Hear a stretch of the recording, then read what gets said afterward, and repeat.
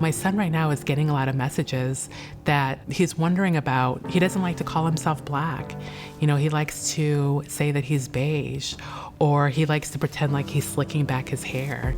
And it breaks my heart because even at 6 years old, he's already getting the messages that white is better than black, or that he should aspire to be white instead of being happy and embracing who he is.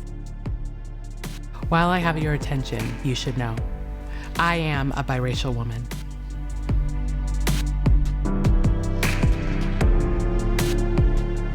My name is Andrea Glispie.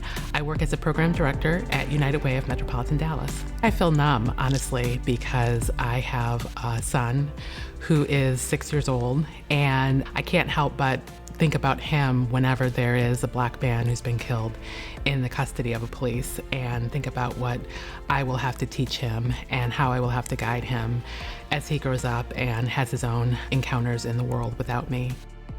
When I finally watched the tape of George Floyd being detained, murdered by the police, I was struck by him calling out for his mother.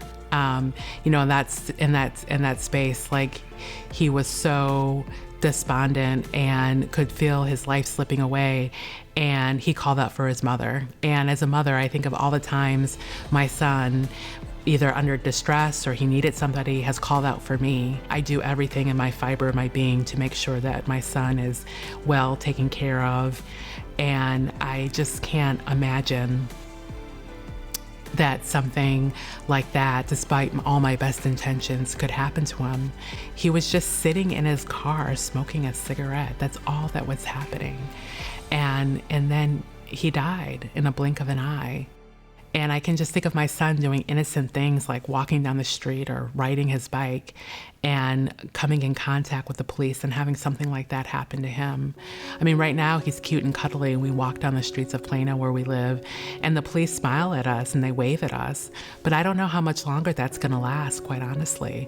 And that scares me. It scares me a lot that I won't always be able to be with him and help him navigate the world. My mother was white, my father is black. I consider myself to be black, and honestly, that's how my parents raised me. A lot of times when I was with my mother, people would wonder where my mother was. They had a hard time understanding that my mother was white, quite honestly.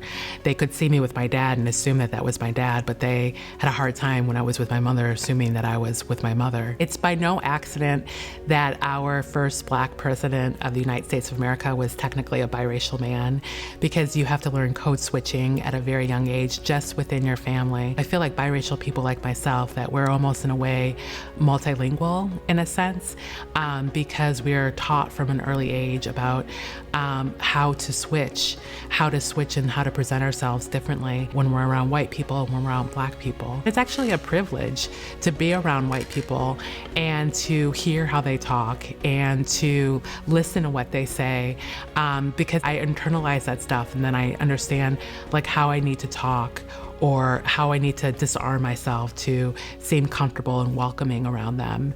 And I think that's how I've been able to amass some career success, because of that ability to do that and to be the person around white people where, I am the black friend, I am the black colleague that they can point to and sometimes make themselves feel better. I wish that people would understand how hard I have to work and how much I have to do to get what I get.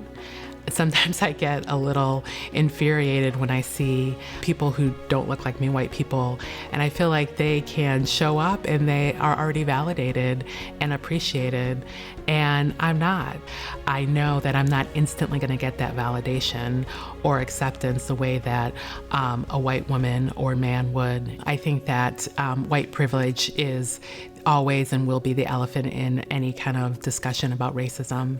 And it's important for them to unpack that and really understand all the ways that privilege has helped them and their loved ones get to where they're at.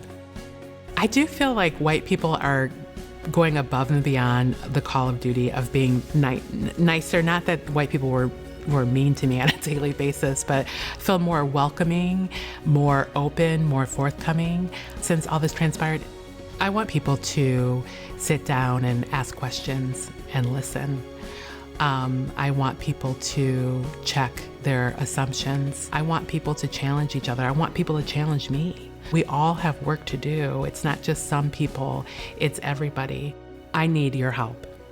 So what's next?